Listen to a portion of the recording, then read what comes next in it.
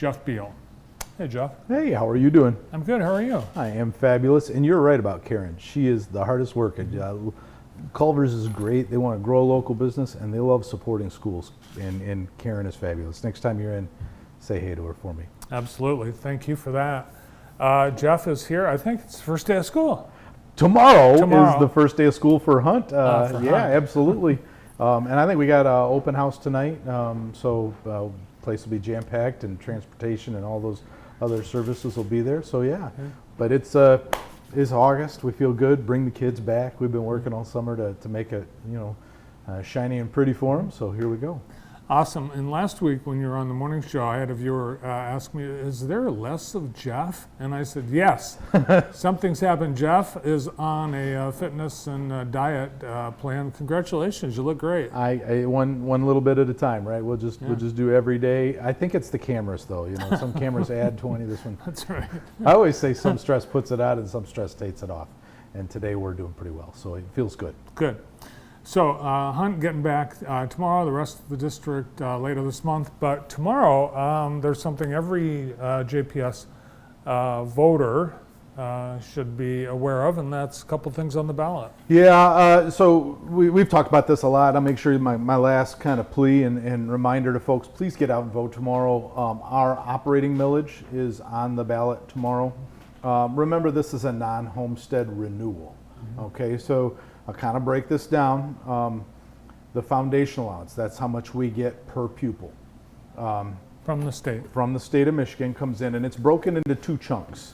And about 80% of it, 79 and some change, comes from the state. And a little more than 20%, 21% comes from local taxes. And if we don't pass this, then we don't get that full foundation allowance because the state never makes up the local taxes portion. They're only going to go to here, and the rest of it's on us to maintain. So every few years, about every 5 or so, and I think it was 2020 when we were here last, might have been 2019, we ask for a renewal of this millage. It doesn't cost homeowners anything unless it's your second home. So non-homestead properties, businesses pay 18 mills, and we're expected to maintain that.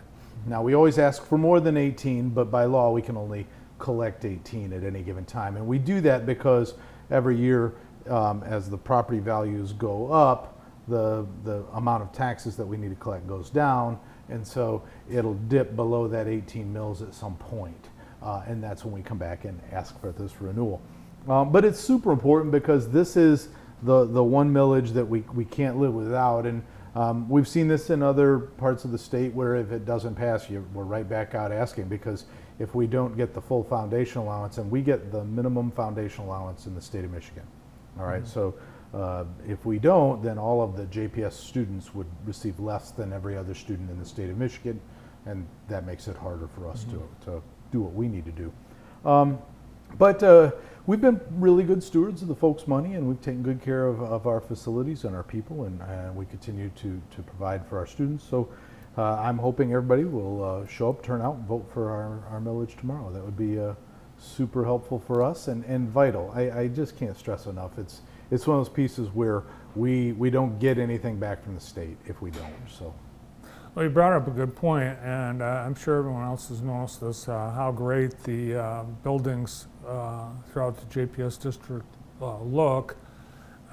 You've done, obviously, a lot of upgrades, but curb appeal is pretty awesome right now. We're doing our part. We're about $105 million worth of construction in the last 6-7 years, and we're under budget. If you think about that, I mean, not by a lot, but by a couple $100,000 on the whole. That's pretty impressive to be able to wind through all of the contractors, all of the bidders, all of the projects, and we're still kind of finishing it up. I was walking the site with DE Excavating over at Sharp Park last week, taking a look at some of the grading and some of the grass that's coming in over there, and some of the drainage, because obviously every time we turn around it's raining now, so we're playing with that. But no, as a general rule, we've taken real good care of that, and I anticipate that we'll be able to finish this bond project under budget, and we continue to be very, very fiscally conservative, very, very fiscally minded with our folks.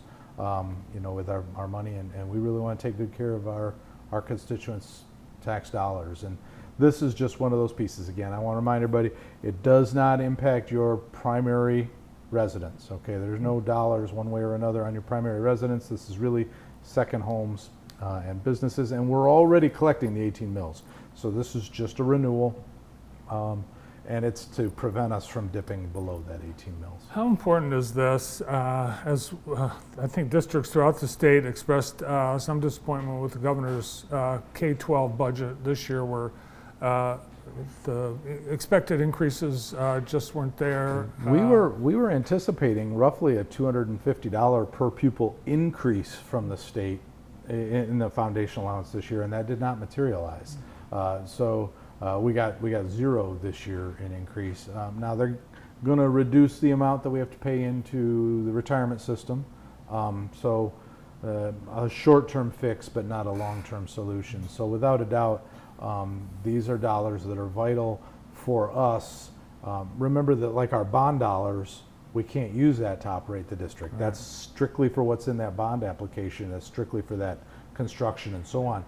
This is an actual operating millage. These are the dollars that we use in our general fund to buy technology, to pay the salaries, to turn on the lights, that kind of thing. So, all right. The other thing that's on the ballot for JPS voters tomorrow is the recreation millage. Yep. Parks and Rec millage is on and this dates back to the 40s. This partnership between JPS and the city of Jackson came together in the 40s, and so on the ballot you will see another JPS issue. It is that Parks and Recreation millage, and that is not dollars that flow to us. They flow directly through us. So we're just the ballot initiative, if you will. But every dollar that comes in through that transfers right down to the Jackson City Parks and Recreation Department, and that funds all the programming for our kids. It takes care of the city parks, the trails, the buildings, the facilities. That's where those dollars come from to help take care of that. And so it's I cannot stress enough, when we keep our kids active, when we keep them engaged, when we keep them whether it's in the soccer programs or the coaching. Lots of people don't realize that as the kids grow up through these programs, they actually go to work for City Parks and Rec, and it becomes one of the few places that employs young people. That's right. So your kids probably work there. I've got a daughter who is a lifeguard over at Nixon right now, and that's exactly so. So those are the pieces that help build a community. And it's not just that. I mean, people don't realize this, but we've talked about it a lot. Up at our pool, up at the aquatic center, Jackson High, there's a lap swim and a water aerobics classes that are run in there. Well, those are run through Parks and Rec. And those are adult classes. There's adult classes, I think, at the Booze Center. There's adult classes over at the King Center. So they do a lot, not just, we think about Parks and Rec, we think, well, Little League soccer and so on, and certainly those are important, and those are pieces of it. This touches our entire community. And so while there's nothing in it for Jackson Public Schools per se, our name's on the millage, and I'm hoping everybody will support that. Because it's huge for our community. It's vital to kind of the lifeblood of what we do when you think about all of the people that this touches. Again, it's thousands of kids and adults across our community. All those young people you're seeing compete in the Olympics, they all started in programs like we have right here in Jackson. Absolutely. So maybe we're growing the next Olympian. I would imagine the interest in swimming is up when all the Olympics. We're about this far from fall sports, and you bet we'll be in the pool here directly. I think all of fall sports kind of kicks off next week. So so we'll be seeing kids in the pool again next week. I've seen them in the Al Glick Athletic Center throughout the summer, working with our strength and conditioning coordinator, working with our coaches as they get those off-season strength workouts in. And that's part of that culture too, right? Like It's not just about getting into the weight room. It's about building an exercise routine or a regimen that's specific for your sport. So whether you play golf, or whether you play football, whether you're in the pool swimming, and those are some of the folks who are most dedicated as they get in there. I mean, we were talking about me earlier, but the reality is I can't work out like I did when I was 20s, but so I design a workout for today. And that's how we do these things. And I think that's where we're developing that culture for our kids at Jackson Public Schools right now. JTV was at the Glick Athletic Center for JTV Sports Media Day as high school football teams from around the area all came. Thanks for allowing us and for hosting us for Media Day again this year. I heard you picked the hottest day of the summer. It was unbelievable. Yeah, there's a nice air that goes through the building, but it's not air conditioned. No, it's conditioned. not. It's just ventilation. But if you're going to pick a day that's 1,000 degrees, come on out. That's a wonderful event too, and we're happy to host coaches and players and teams from around the community. Yeah. Thanks for doing that. All right, tomorrow vote, or today vote. You can do early voting, but be sure and do it by 8 p.m. tomorrow. Jeff, good to see you. Thank you. Thank you very much. JPS Superintendent Jeff Beal. Next on JTV, we're going to meet the new president and CEO of our community's economic development organization, the Enterprise Group of Jackson. Keith Gillenwater is new to town and the position, and we'll hear all about him coming up.